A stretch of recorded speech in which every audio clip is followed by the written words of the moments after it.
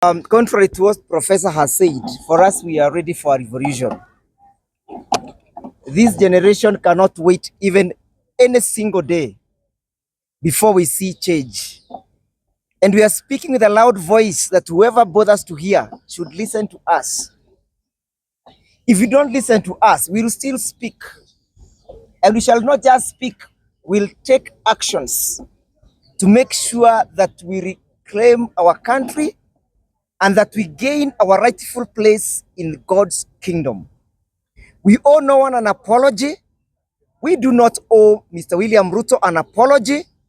We do not owe our parents an apology. We are here where we are as a result of their indolence. We have now taken over. On Monday, we are going to the streets. And we are not just going to the streets on Monday. We are even going to fight those members of parliament in their houses. And we shall tell them they either have to listen to us, they shape in or they shape out. Yes. There is no time to waste. We cannot waste any single day when our future is being ruined. We cannot waste a single day when we are not assured of a meal in a day. We cannot waste any single moment when our children are not able to go to school. We cannot lead and usher in the kind of experiences our parents have brought us with. We must promise our children a better future than what we were given by our parents. And the only way to do this is to make sure that we bring into place a government that is accountable, a government that is transparent, a government that obeys the rule of law, a government that observes the human rights, and a government that is responsive to the plight of the people. We are telling this government, we are going to put into test Article 1 of the Constitution. Power belongs to the people. Power belongs to the people. Power belongs to the people. And they shall exercise that power directly. They came to Parliament. They asked us to give them our views. We sent them memorandums. We appeared in the public participations, but they have given us a dead ear. If you do not listen to us, what do you expect us to do? We have tempted to ask you to listen to us. You have given us a bad check. A check that is written that there is no sufficient funds in that bunge. So how a bunge wajitayarishe? We shall not only occupy parliament, we shall even occupy the constituency offices. Kwa hivyo watu siku ya Jumatatu, na nyinyi wazazi wetu tunawaomba, kuna kijana yenu mmoja ameuawa na askari. Hata nyinyi lazima muingie katika hii maandamano.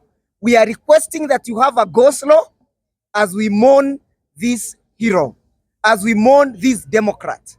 We expect that those people who are working in the offices, our parents, will have a go-slow, whether you're working in the public sector or you're working in the private sector. We do not have any kind word for Zakayo. Tunasema Ruto must fall. Ruto must fall. And he's not falling because of anything else, because he's not a president that this country can wait or deserve to have any single moment. Thank you. Yes. Is that as long as our children are this disciplined, they are absolutely non-violence, they need to be treated with the total love and according to the law. It is their right under Article 37 to picket, to demonstrate, to give authorities, to complain to the authorities. And you see, when you see the complaint that they are raising is very valid. They are saying that when we elect you, we don't also elect you as spouse. They are also saying that when we elect you, we also don't expect you to create illegal offices which are not in the Constitution, because these illegal offices are allocated the money. They are saying that this money can pay our school fees. This illegal money you are allocating, it can buy medicine in our dispensaries, it can employ doctors, it can pay clinic officers. They are saying that when we build a house with 330 million, we don't expect you to renovate it with the 660 million.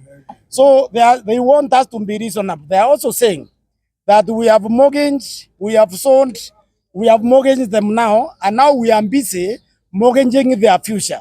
The future belongs to these young people.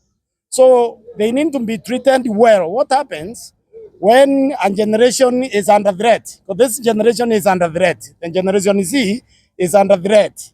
Is under threat from us, from my generation. They are saying this. They are saying, please stop there. Don't continue ruining our lives. That is not too much to ask. So what we need to do, what we're asking our government to do, is protect the children. Make sure that the children demonstrate in peace, because if you push them, you see, a reaction into unbanned policy is one of rebellion, but it has not reached to the level of a revolution. So we are telling the government, please don't radicalize the children. Don't make them move to the next stage, create a revolution. I'm not sure anyone wants a revolution in this country. This is a country which we want peace. We want to live in peace. We know the humiliation people get when they migrate to other countries. We are saying kindly, protect our children, protect us. We don't want to experience those humiliations. We want a peaceful Kenya. The children are saying they want a functional state institutions, and they want a government that works for the people of Kenya. You see, the children, they are not necessarily against the finance bill or the government taxation. They are against misuse of public resources. It's not fair to them when a minister of this government cannot go to Nakuru in a motor vehicle. He must have an helicopter. Okay? He must have an helicopter. It's not fair to these children when somebody going to Naivasha, you cannot come in a vehicle. You must have an helicopter. We are saying that remove all these helicopters. Okay, let's have something called the prudent financial management. They are asking for strategic application in budgeting, strategic application of their resources. So for us, if we don't listen, this young man who was speaking here, we don't listen, we will invite a revolution. I'm asking our government to listen. Asante sana. Mimi naitwa Assumpta Wagoi wa Muiruri. Tuko hapa Kunste Hotel, tumekuwa na Limuru 3 ya kufana sana ambayo ilikuwa very well attended. Na sisi watu wa Nakuru, nikiwa mama county wa Nakuru ambaye anatetea mwananchi, tumekubaliana namna hii. MP wetu wote walivotia hii bill ya 2024-2025, hata kama tumetokea nje kwa maandamano, hata kama tumewaongelesha kupitia social media, tumetumia njia yoyote ile ya kuwaongelesha ili waweze kutusikiza. Tunataka kuwaambia power iko na mwananchi. Tuliweza kumpatia Arama yellow card, tukapatia Njoki yellow card kwa sababu ya kusaliti coalition ya Azimio, hawakusikia. Sasa wamesaliti Nakuru County kwa njia kubwa sana na kupitisha hii mswada. Tunawaambia tu namna hii. Sasa tunawapea nyinyi wote 11 of you yellow card. Na kwa sababu mnaonaga kama kukalia hizo viti ni viti vyenu, mtajua leo hii ni viti vya wananchi. Tunawatuma nyumbani asubuhi na mapema, after red card tunachukua signatures, mtajua power iko na mwananchi. Na tunasema namna hii, tarehe 7 mwezi wa 7, sote pamoja Azimio Coalition tumetangaza tutakuwa barabarani. Na hii Nakuru, UMPs, you shall experience the roughest time you have never experienced at any other time. Tuna mambo mengi ya kuambia, kuleni na mkumbuke tulisema mkae Nairobi. Kuanzia leo tumetangaza ya kwamba sisi watu ya Nakuru ni mayatima. Hatuna MPs, hatuna uwakilishaji, wachaneni na sisi, msituite hizo mikutano zenu, sijui mikutano ya sijui munaitaga aje. Hiyo mnasemaga, marafu mnaandika makaratasi mnapitisha. We don't want that nonsense. We are so sick, we are so tired, na hatuchoki. Na barabara tutaenda hadi muende manyumbani. Kura ni yetu, kura ni sisi, sisi ndio wananchi. Kwa hayo tu. Kwa majina naitwa Cynthia Wanini, and I am here representing every young lady, every young person, every young man in this country. Wakati wa jana ama siku ya jana tulitokea kwenye streets, we were there on the streets of Nyeri, we were there in the streets of Nakuru, of Nairobi, of every county in this country. But our members of parliament, our leaders did not see it as a call for concern. Our president himself did not see it as a call for concern. And we are here requesting, or we are here demanding for the act of democracy as per the Constitution of Kenya to be exercised in this country. Democracy means that this is a government of the people, for the people, and by the people, and we cannot see that as of now. Kwa wakati kama huu tunaweza simama na tuseme ni dictatorship, because why is it that the voices of thousands and thousands, of 55% of the population of Kenya, that is our youth, we are the ones who are on the streets, and yet it was not deemed fit, or it was not deemed as important of a matter in this country. Therefore, we need to chart the way forward as a country, we need to chart the way forward as the young people, and we must return this government to the people, and it must be for the people, and it must be by our own people. Thank you so much. Kwa majina ni Philip Mwaura, na mimi pia niko hapa kuwakilisha wale ambao wako umri wa kati, the middle aged group. Na mimi ningependa kusema ya kwamba jana Wakenya walizungumza kupitia watoto wao vijana katika nchi mzima, wakawasiliana na president na wawakilishi wetu wa constituencies, lakini walikataa kusikiza huo mwito wao.